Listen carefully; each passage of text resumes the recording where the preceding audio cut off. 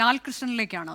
ലാൽകൃഷ്ണൻ കഴിഞ്ഞ ദിവസങ്ങളിലൊക്കെ PJ ജോസഫിന്റെ പ്രതികരണം ഉണ്ടായിരുന്നു. വേണ്ടി വന്നാൽ ഒറ്റയ്ക്ക് മത്സരിക്കും എന്നാണ് അദ്ദേഹം പറഞ്ഞത്. പക്ഷേ ഇന്നിപ്പോൾ ഈ പ്രശ്നങ്ങൾക്കെല്ലാം പരിഹാരമുണ്ടാകുമെന്ന സൂചനയാണോ അദ്ദേഹം നൽകുന്നത്? ഒറ്റക്കെട്ടായി തെരഞ്ഞെടുപ്പിനെ നേരിടുമെന്ന് പറയുന്നു. വലിയ ആത്മവിശ്വാസം അദ്ദേഹം പ്രകടിപ്പിക്കുകയാണ്. തീർച്ചയായിട്ടും അനുജ, നിലവിലുള്ള സാഹചര്യത്തിൽ UDF-ലെ പടലപ്പിണക്കങ്ങളും സീറ്റ് ചർച്ചയിലുള്ള മറ്റു പ്രശ്നങ്ങളും ഒറ്റയടിക്ക് പരിഹരിക്കാൻ കഴിയും എന്നുള്ള രീതിയിലാണ് അദ്ദേഹം പറയുന്നത്. അതായത് സമാധാനത്തിലൂടെ പ്രശ്നപരിഹാരങ്ങൾ കാണാൻ കഴിയും, വിജയത്തിന് ആത്യന്തികമായുള്ള പ്രവർത്തനമാണ് വേണ്ടത് എന്ന രീതിയിലാണ്. ചിലയിടങ്ങളിൽ ഒറ്റപ്പെട്ട സംഭവവികാസങ്ങൾ ഉണ്ടാകുന്നുണ്ട് എങ്കിൽ പോലും വരും ദിവസങ്ങളിൽ, അതായത് 13-ാം തീയതി നോട്ടിഫിക്കേഷൻ വരുന്നതിന് മുൻപായി തന്നെ ഈ പ്രശ്നങ്ങളിൽ ശാശ്വതമായൊരു പരിഹാരത്തിലേക്ക് എത്തുകയും ഒറ്റക്കെട്ടായി ഈ തെരഞ്ഞെടുപ്പിനെ കാണും എന്ന രീതിയിലുമാണ് പറഞ്ഞിരിക്കുന്നത്. പക്ഷേ ഇങ്ങനെയെല്ലാം പറയുമ്പോഴും പ്രത്യേകിച്ച് ഇടുക്കി ജില്ലയിലെ സാഹചര്യം പോലും അത്ര അനുകൂലമല്ല എന്ന് തന്നെ പറയാം. അതായത് കേരള കോൺഗ്രസും തമ്മിൽ മാത്രമുള്ള പ്രശ്നങ്ങളല്ല ഇടുക്കി ജില്ലയിലുള്ളത്.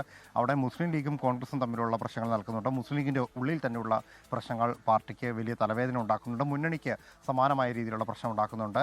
ജില്ലാ പഞ്ചായത്ത് തിരഞ്ഞെടുപ്പുമായിട്ട് ബന്ധപ്പെട്ടുകൊണ്ടാണ് കോൺഗ്രസും കേരള കോൺഗ്രസും തമ്മിലുള്ള പ്രശ്നങ്ങൾ നിൽക്കുന്നത്. വനിതാ സംവരണമാണ് ഇത്തവണത്തെ പ്രസിഡന്റ് സ്ഥാനാർത്ഥിക്ക് അടക്കമുള്ളത്. അതായത് പ്രസിഡന്റായിട്ട് മത്സരിക്കേണ്ട സീറ്റുകളിലൊന്നും പോലും ഇതുവരെ കോൺഗ്രസിൻ്റെ പക്കലില്ല. അതെല്ലാം കേരള കോൺഗ്രസിൻ്റെ സിറ്റിംഗ് സീറ്റുകളാണ്. 4 സീറ്റുകളും കേരള കോൺഗ്രസ്സാണ് നിലവിൽ ഭരിക്കുന്നത് എന്നൊരു പ്രശ്നം കൂടിയുണ്ട്.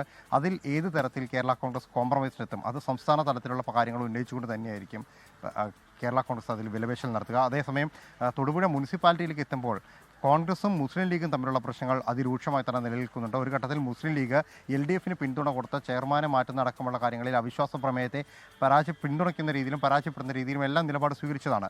മാത്രമല്ല ലീഗിൻ്റെ ഉള്ളിൽ തന്നെ യൂത്ത് ലീഗും തമ്മിലുള്ള പ്രശ്നങ്ങളും ഇപ്പോഴും നിലനിൽക്കുന്നുണ്ട്. സീറ്റിൻ്റെ കാര്യത്തിൽ യൂത്ത് ലീഗ് പ്രവർത്തകർക്ക് കൂടുതൽ പരിഗണന വേണം എന്നൊരാവശ്യം അവിടെ നിലനിൽക്കുന്നൊരു കാര്യം കൂടിയുണ്ട്. കോൺഗ്രസിനെ മാത്രമായിട്ട് എടുക്കുന്ന സമയത്ത് ഗ്രൂപ്പ് വഴക്കുകളുടെ പ്രശ്നം അതിരൂക്ഷമായിട്ട് നിലനിൽക്കുന്നുണ്ട് എന്നുള്ളതാണ്. തങ്ങളുടെ ആളുകൾക്ക് സീറ്റ് വേണമെന്ന് ആവശ്യപ്പെട്ടുകൊണ്ട് 2 വിഭാഗങ്ങളായി നിന്ന ഗ്രൂപ്പുകൾ ഇപ്പോഴും അവിടെ തുടർന്ന് നിൽക്കുന്നുണ്ട്. LDF-ലേക്ക് വരുമ്പോൾ CPI കേരള കോൺഗ്രസ് മാണി വിഭാഗത്തിലെ തർക്കമാണ് വലിയ തലവേദനയാകുന്നത്. അതാണ്. വിവിധ മുന്നണികളിൽ ഇപ്പോഴും ചില തർക്കങ്ങളൊക്കെ ഉണ്ട്. പക്ഷേ ഇതെല്ലാം പരിഹരിച്ച് ഒറ്റക്കെട്ടായി മുന്നോട്ട് പോകും എന്നുള്ള ആത്മവിശ്വാസം എല്ലാ മുന്നണികളും പ്രകടിപ്പിക്കുകയും ചെയ്യുന്നുണ്ട്. ഇടുക്കിയിലെ വിശദാംശങ്ങളാണ് ലാൽകൃഷ്ണൻ നൽകിയത്. ലോകത്തെവിടെയായാലും ഏത് സമയത്തും 24 വാർത്തകളും ഓഗ്മെന്റഡ് റിയാലിറ്റി പാക്കേജുകളും എക്സ്പ്ലെയിനറുകളും വിശദമായി കാണാൻ ഞങ്ങളുടെ YouTube ചാനൽ നിങ്ങൾക്ക് സബ്സ്ക്രൈബ് ചെയ്യാം.